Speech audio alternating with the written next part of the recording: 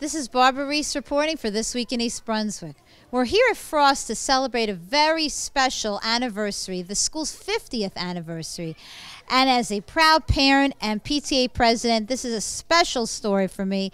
Come join us to learn all about this very important date.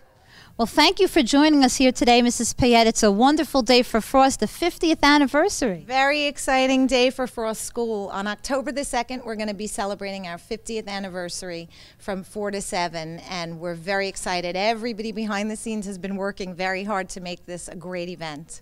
There will be a range of fun things to do. There will be bouncy houses for the kids. There'll be games, perhaps photo booths, places to purchase mementos from the day. We'll be selling 50th anniversary t-shirts, frostware.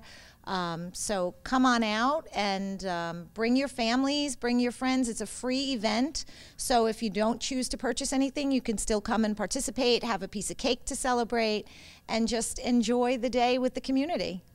Well, back in the fall of 1990, 1991, we had the kids for our 25th anniversary come up with the idea of burning a time capsule on the property. And we thought in the 50th anniversary we would dig it up.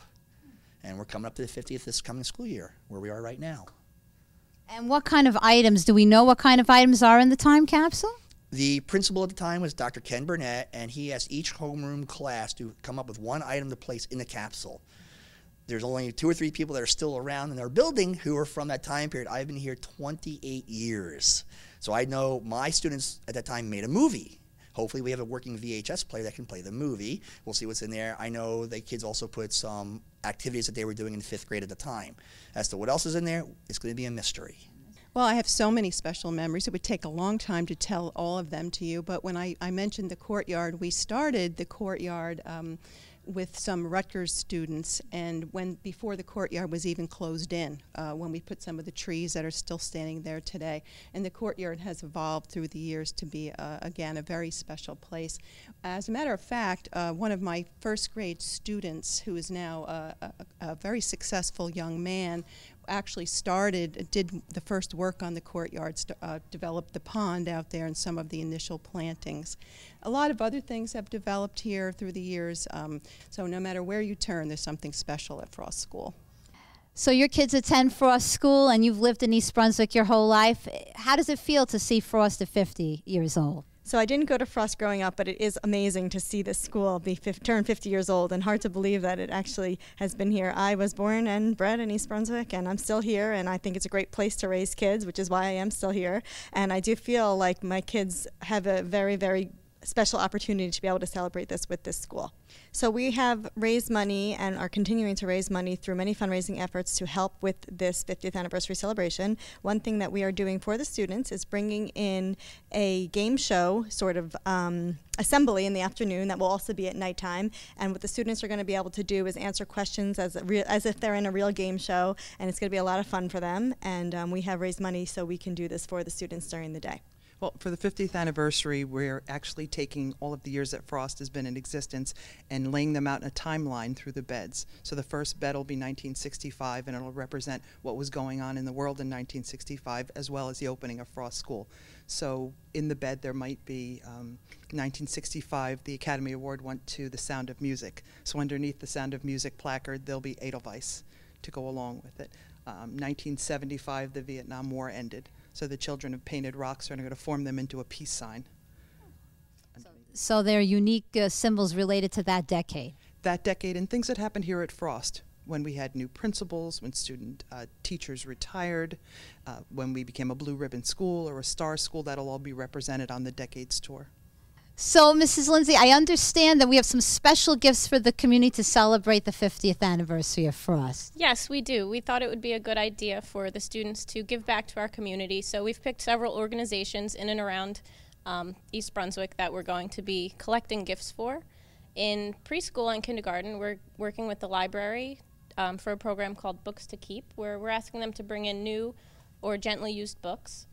In 1st grade, we're working with the animal shelter to bring in supplies that they're in need of, and 2nd grade is working with a food bank to bring in Thanksgiving items.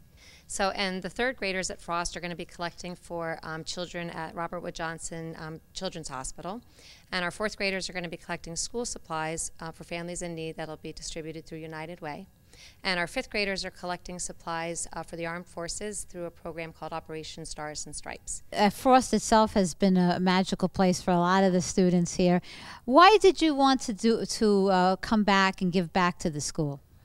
Frost Elementary School has some of my best childhood memories, Kayla too, and we just really wanted to do something that left our mark on the school so we could come back and show that we were able to give back when they gave us so much. Frost Elementary School was our foundation. We were here up until 5th grade, me, my sister, my brother who just graduated Frost Elementary School. So to have our name here and be able to say that we can inspire future generations of Frost alumni, it's a real privilege. It took us a total of 84 hours to finish this mural, about 7 weeks.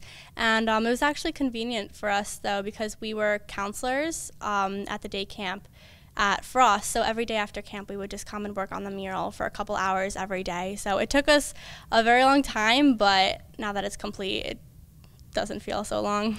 First, I'd like to thank Miss Albert for giving us a lot of paint because she had a lot of leftover paint that she gave us, and that helped us a lot with painting the mural. And also Ms. Rosenberg, who was our art teacher when we went to Frost Elementary School. So she really inspired us both to get into art, and that's how it all really started. Mm-hmm.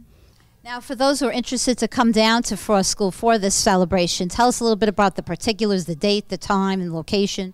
Well, the event's going to take place on Friday, October the 2nd from 4 to 7 p.m. and we do have a rain date of October the 9th from 4 to 7 p.m. We welcome everybody from the community, present students and families, past students and families. Anybody who isn't even a part of Frost School but just lives in the community is welcome to come. It should prove to be a very fun event. We have a lot going on. This is Barbara Reese reporting for This Week in East Brunswick. So I hope that you can join us for this very important occasion at Frost School on October the 2nd. The community portion of the event is from 4 to 7 p.m. at Frost School. Thanks for joining us.